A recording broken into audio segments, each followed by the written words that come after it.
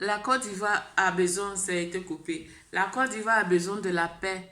La Côte d'Ivoire a besoin de la réconciliation. Voilà mon message que je voulais vous dire. Donc là, allez-y tout doucement parce que la Côte d'Ivoire a besoin de vous pour pouvoir aller de l'avant dans l'amour et dans la démocratie. Maintenant, j'ai écouté M. Cyril Guillaume. M. Cyril Guillaume est en train de faire un travail en lui-même avec M. Franklin qui parle très bien, qui est très orateur. Et ça, je lui tire mon chapeau. Et il y a des choses qui nous fait comprendre. Donc, à M. Cyril Guillaume, je demande pardon à tous mes frères ivoiriens. Pardonnez M. Cyril Guillaume.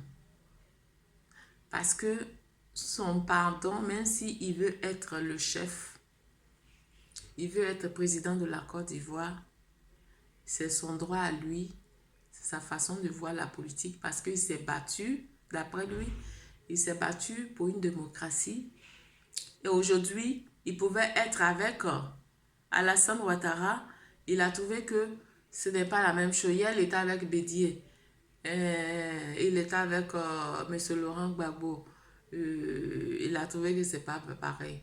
Après, il était avec, comme on appelle, M. Alassane. Il trouvait que c'est pas pareil.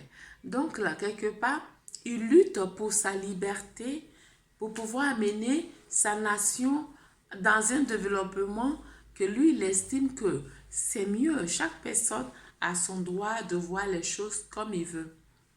Donc là, il est passé par la force parce que deux personnes ne peuvent pas faire par là-bas. Il y a toujours, une personne ne peut pas faire par là, c'est toujours deux personnes. Il n'y a pas eu d'entente, il y a eu incompréhension, il y a eu des morts, il y a eu des regrets, il y a eu des choses vraiment horribles qu'on ne peut pas pardonner. On ne peut pas, on peut pas, j'ai dit on ne peut pas pardonner, excusez-moi, on ne peut pas oublier, mais on peut pardonner. Donc, ces choses qui arrivaient là, donc je demande à mes frères ivoiriens de pardonner M. Soro Guillaume. Parce que M. Soro Guillaume, ce qu'il dit, c'est son cœur, il parle avec son cœur. Il ressent ça. Il a un regret amertume. Mais ce n'est pas vous qui allez le juger, c'est Dieu ce qui va le juger. C'est Dieu qui va lui donner ce qu'il mérite. Mais on est sur terre, on pêche comme tout le monde. Donc là, ne prenez pas le péché de quelqu'un d'autre pour faire votre péché. Si vous voyez que ses idées sont bien et qu'il a compris tout ce qui s'est passé, ça l'a rendu en erreur, qu'il a compris qu'il veut se racheter, donnez-lui l'opportunité de se racheter. Ne le fermez pas. Parce que si vous le fermez, ne le tendez pas la main, ça ne sera pas constructif pour nous ni pour lui. Donc là, ouvrez-lui le cœur, pardonnez-le et regardez-le. Si demain Dieu veut qu'il soit président de la Côte d'Ivoire, vous allez voir que avec ce qui s'est passé, avec tout ce qu'il a eu, les mécontents comme le bien, le mal, il va pouvoir prendre une leçon pour ça et amener son pays dans un développement bien élargi, amener son pays dans une démocratie uniforme, amener son pays dans un dynamisme d'ouverture et de réciprocité à travers une constitution bien fondée de la loi et des textes de la Côte d'Ivoire. Donc là, je vous demande, mes frères ivoiriens, donnez la possibilité à M. Soro Guillaume de se faire pardonner et ensemble, la manière que vous avez pardonné M. Gbagbo, la même manière, il faut pardonner aussi M. Soro Guillaume. Parce que après tout, il est le fils de la Côte d'Ivoire, en plus, il reconnaît son tort, il demande toujours pardon, même s'il ne rentre pas dans les détails de son tort. On n'est pas les juges. L'essentiel qui demande pardon avec Dieu, il demande pardon avec la nation sans rentrer dans les détails. Parce que quand tu vas rentrer dans les détails, l'autre va s'énerver, il va dire mais tu aurais dû faire comme ça, l'autre va dire tu aurais dû faire comme ça va envoyer encore des commérages. Donc pour éviter tout ça, quand on demande pardon, une personne politique demande pardon, il revient devant la nation et demande pardon. En tant que nous, les citoyens du peuple de la Côte d'Ivoire, on doit accepter et leur péché reste leur péché et c'est Dieu qui va les juger. C'est ce que je voulais vous faire entendre. Donc, M. Soro Guillaume, si 2020, il veut se présenter, que ce n'est pas en tout cas, à mon avis, c'est pas tout à fait ça, mais si Dieu dit il doit être président, pourquoi pas? Ça peut lui servir de leçon et l'amener dans une stratégie, dans une politique bien élargie, dans une politique démocratie, dans une politique où il voit que quand tu viens au pouvoir, il faut respecter la Constitution, il faut respecter les tests qui est dedans. Maintenant, si ces tests-là, si ça a discuté avec, que ça ne te plaît pas, que ça a discuté avec la nation, on fait un référendum, on donne une opportunité à de la population à dire son mot dedans pour ce test-là. Et puis, au niveau député, vous tranchez selon les écoutes de la population et selon aussi le test de la Constitution pour pouvoir vraiment trancher ce qui est bien pour la Côte d'Ivoire. Donc voilà, dans ce côté-là, moi, je ne connais pas politique. Mais comme je dis, politique me fait. Donc là, je suis pour la paix, je suis pour l'unité, je suis pour le rassemblement. Donc je demande à mes frères ivoiriennes, à mes soeurs, à mes frères ivoiriens et à mes soeurs ivoiriennes de prendre leur mal en patience et de chercher la paix. Et en 2020, les Ivoiriens vont voter leur président qu'ils estiment que ce président doit être au pouvoir. Voilà. Donc là, je viens aussi pour les gens de la Bengourou là. Il y a eu vraiment des dégâts. Voilà pourquoi nos diffusions, nos commentaires entre youtubeurs, à force de regarder les chaînes youtubeurs là, on amène la vengeance, on amène le sans-pitié, on amène à des gens à ne pas comprendre la démocratie parce qu'ils ne comprennent pas comment c'est la démocratie. Donc on amène des personnes dans des situations de querelle. Même si tu es dans ton pays et que tu as certains droits, celui qui est en face de toi, on estime que c'est un être humain, il a besoin de respect, il doit être respecté. Et c'est à travers la légitimité des droits des partiels ou des tests qu'il a sa place dedans et on lui dit, si tu ne respectes pas ça, voilà ce qui t'attend, mais dans la loi. Dans la loi. Donc là, on doit parler en tant qu'activiste, en tant que youtubeur, rassembler nos parents, ivoiriens, on doit les rassembler et les permettre dans la démocratie de pouvoir vraiment comprendre qu'est-ce que c'est la démocratie. La démocratie, ce n'est pas aller insulter ton parent ou dire la vérité pour dire moi j'ai droit, toi tu n'as pas droit et ça envoie des complications. Non, la démocratie, c'est de changer des idées et trouver des solutions. Et dans les solutions, avoir de la compassion pour l'autre et chercher à comprendre ce qui ne va pas et trouver ensemble des résultats bien fondés. C'est ça la démocratie. La démocratie ne vient pas avec la force. Parce que quand on vient avec la force, c'est avec la force qu'on résout les problèmes et ça n'avantage personne, ça avantage pour ceux qui sont dans le gouvernement qui sont dans la politique parce qu'ils s'amassent de l'argent et nous, on est là, on s'entretue. Bref, donc c'est ce côté-là que je voulais dire à mes frères youtubeurs, de chercher à dialoguer, à refaire la réconciliation dans leur chaîne youtubeur, de ne pas chercher à avoir 1000 abonnés ou 6000 abonnés ou 10 000 abonnés pour pouvoir vraiment passer par la souplesse, voilà.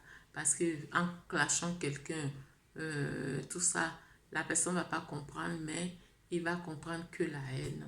Donc, on n'est pas à ce stade-là. La Côte d'Ivoire arrive à un stade où la haine, on ne veut plus ça. Voilà.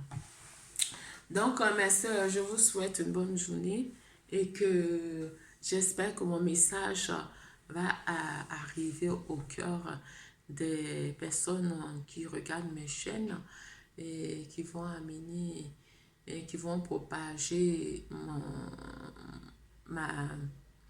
ma petite vidéo que j'ai faite. Donc voilà, donc je veux que la Côte d'Ivoire soit un pays de paix, un pays de réconciliation. Voilà ce que je voulais vous faire comprendre. Je vous aime très bien et que la paix soit en Côte d'Ivoire. Donc je reviens encore pour vous dire que on a un but, c'est d'amener la Côte d'Ivoire dans la démocratie. Donc là, j'étais en train de parler et j'ai perdu le fil. J'étais en train de parler de mes frères qui ont eu ces palabres à Bengoro par des divergences, c'est pas c'est politique ou bien quoi, ils se sont vraiment fait du mal. Donc là, je demande vraiment au peuple d'Abengoro, je suis désolée pour ce qui s'est passé, mais cherchez toujours à avoir la paix et que la Côte d'Ivoire soit réconciliée et que vraiment on ne puisse plus avoir ce genre de cris d'alarme, de douleur et de tuerie dans notre pays. Vraiment, je suis désolée et je vous encourage à propager la réconciliation, la paix et la démocratie en Côte d'Ivoire. Maintenant, je viens vers, j'aurais appris par M. Franklin, les autorités qui sont censées prendre la sécurité pour la nation, ils ne font pas leur travail.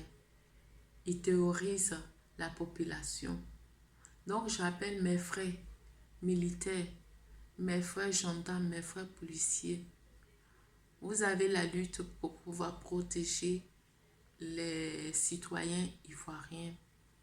Donc là, malgré ce que vous voyez comme politique, vous ne devez pas faire la politique parce que les corps armés ne font pas la politique. Le corps armé est là pour pouvoir protéger la nation ivoirienne, pas pour faire la politique. Donc là, si un corps armé fait la politique, c'est qu'il n'a rien compris du sens de son métier. Donc là, si un pays ne va pas bien, c'est vous. C'est vous qui cherchez à discriminer, c'est vous qui cherchez à tuer, à faire du mal. Et ça, c'est pas bien. Cherchez toujours à avoir la protection, que le peuple ait confiance en vous, que le peuple voit que on a l'armée de protection, on a l'armée de confiance, on a l'armée digne, on a l'armée qui n'est pas corrompue, on a l'armée en tant que une situation grave, cette armée-là peut venir au secours à la nation ivoirienne. Donnez des exemples. Ne soyez pas corrompus, je vous en supplie, parce que demain, là, vous aurez des comptes à rendre à Dieu. Donc là, faites votre travail dans la loi, dans la stratégie et dans l'amour de son pays. L'amour de son pays, c'est quoi? C'est d'aimer sa population et protéger sa population, pas massacrer sa population. Parce qu'une fois qu'on massacre sa population, ça veut dire qu'on n'a pas compris le sens de son métier. On n'a pas compris le but de son métier. Donc là, faites comme les Européens là. Hein? Quand il y a un problème, une division entre les politiques là, l'armée ne se mêle pas. L'armée ne se mêle pas. L'armée cherche à calmer les choses à travers la population. L'armée cherche à calmer, à protéger la population. Donc ne soyez pas corrompus, ne soyez pas vendus par n'importe quel policier et n'importe quel gouvernement qui va siéger sur le fauteuil présidentiel, qui va vous prendre en otage. Vous n'êtes pas des robots, des présidents. Vous êtes là pour pouvoir servir votre pays. Et votre pays, c'est vous et moi, c'est la population. D'abord la population, après le président. Parce que le président a été voté par la population. La population qui lui a donné l'opportunité de pouvoir être président. Donc la population, c'est votre premier royaume. La population, c'est votre premier président. Monsieur les sécurités, monsieur les policiers. La population, si vous faites la fierté de la population, c'est comme si vous faites votre fierté. Donc vous devez être à la hauteur, à ne pas vous salir les mains du sang, être digne de la tenue que vous portez. Parce que si demain, vous prenez un abus de votre tenue, ça va vous suivre pendant toute la vie. Ça va suivre aussi votre progéniture qui n'a pas demandé à naître d'un parent policier. Les malédictions du sang versé, ça va suivre vos enfants. Ça va suivre vos arrière-enfants. Donc là, cette tenue-là, ce n'est pas n'importe quelle tenue. Ce sont des tenues de réconciliation. Ce sont des tenues de paix. La police, la gendarmerie, l'armée, ce sont des tenues de paix. C'est le travail d'une réconciliation. C'est un état de droit, de patience, d'amour. Quand on est policier, c'est parce qu'on aime son pays. Quand on est gendarme, c'est parce qu'on aime son pays. Quand on est militaire, parce qu'on aime son pays et on aime sa population. On les protège. On les protège parce que c'est vous qui faites le tas. Aujourd'hui, on accuse les présidents. Mais c'est à vous qu'on doit accuser. Parce que même si le président vous donne des ordres, vous avez des cerveaux. Vous pouvez, entre vous les patrons, faire comprendre au président, il doit se calmer, il doit voir ça, il doit voir ça. Vous ne doit pas être des robots. C'est vrai que votre service ou votre travail ne vous laisse pas de commander, mais aller tuer des êtres humains, on peut aussi réfléchir. Dans ce système-là, moi, ça ne me plaît pas, ça. On ne peut pas être robot ou bien esclave d'aller tuer son ami, alors que tu sais que si tu vas tuer là, Dieu là, il ne va pas dire que c'est ton président que tu as donné l'ordre, mais c'est toi. C'est toi, tu vas rendre compte. Et tes générations, tes progénitures vont rendre compte à ça. Et ça sera un enfer pour toi. Et ça sera une malédiction pour toi. Donc, ne permettez pas ça. Donc, je demande à mes frères policiers, mes frères gendarmes, mes frères militaires, ivoiriens, votre tenue, c'est une tenue précieuse, une tenue de respect, une tenue de droiture. Vous devez couvrir la population ivoirienne. Vous devez avoir la discernation de pouvoir sauver votre pays. Et pour sauver votre pays, c'est dans la démocratie. Donc aussi, les Ivoiriens qui ne sont pas dans l'armée, qui veulent essayer de faire la division, ce n'est pas pour les tuer, mais c'est pour les amener à comprendre la démocratie, les amener à voir que vous êtes pour la paix, vous n'êtes pas pour le sang. Vous êtes pour l'amour, vous n'êtes pas pour le mépris. Donc, mes frères policiers, votre but là, c'est d'en réconcilier aussi la Côte d'Ivoire. À ne pas faire des dictatures dictatoriennes entre les personnes et les traumatisés. C'est d'amener le pays dans la paix. Voilà. Voilà moi ma pensée en tant qu'une citoyenne ivoirienne. Donc je vous demande d'amener la Côte d'Ivoire dans une sécurité noble selon les tests. Et votre rôle n'est pas fait pour la politique. Votre rôle est fait pour la sécurité des Ivoiriens. Donc, je vous remercie pour toutes ces personnes qui passent mon message. Je vous remercie. Et si je dis des choses qui n'est pas à l'endroit qui vous a offensé, je vous demande pardon. Je vous mets une petite musique pour pouvoir vous assouplir. Donc, je vous remercie et que Dieu bénisse la Côte d'Ivoire et que la paix soit en Côte d'Ivoire. Ciao. Je vous laisse ça pour pouvoir vous adoucir les mœurs. Je t'aime. Je suis béni, moi. Tu es tout pour moi.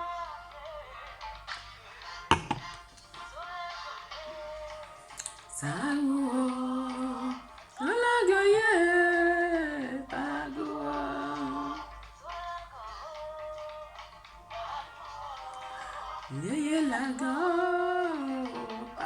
J'aime bien cette chanson-là. Oui, je sais. Oui, je sais. Ma vie n'a pas de sens. Sans Jésus, notre vie n'a pas de sens. Je vois que je suis limitée. Parle-moi. Oui, je sais. Oui, je sais. Ma vie n'a pas de sens. J'ai essayé de mes propres forces. Je vois que je suis limitée. Parle-moi. Allez, yo, yo, yo, yo, yo, yo, yo. Allez, yo, yo, yo. Yo, yo, yo.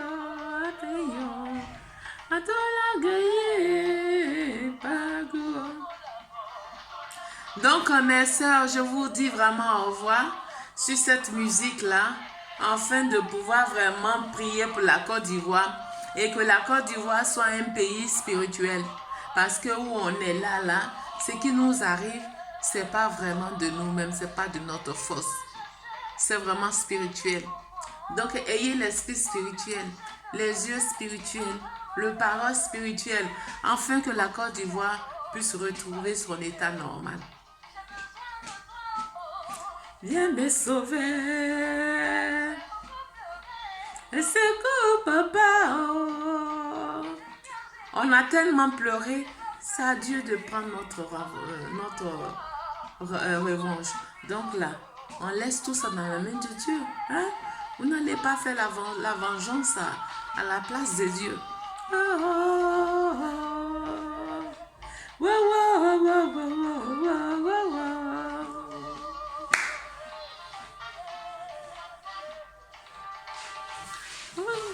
Hey! Oh mon papa est connu. Je m'ai consolé. J'ai grandi sans avoir de papa. Je salue mes frères Bassamois. Je vous embrasse. Je salue mes parents de Mossou et mes parents de Bonois et mes parents de Bras et mes parents d'Assini. Je vous embrasse tous.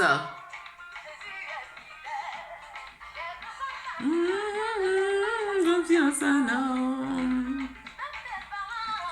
Je vais te rejeter, ma. C'est lui ton papa, oh. Papa. Papa, oh, papa.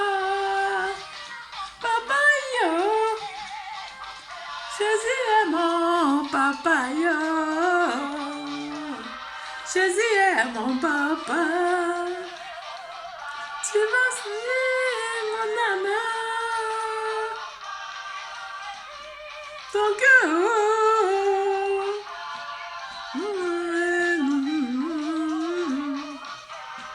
Jésus est mon papa.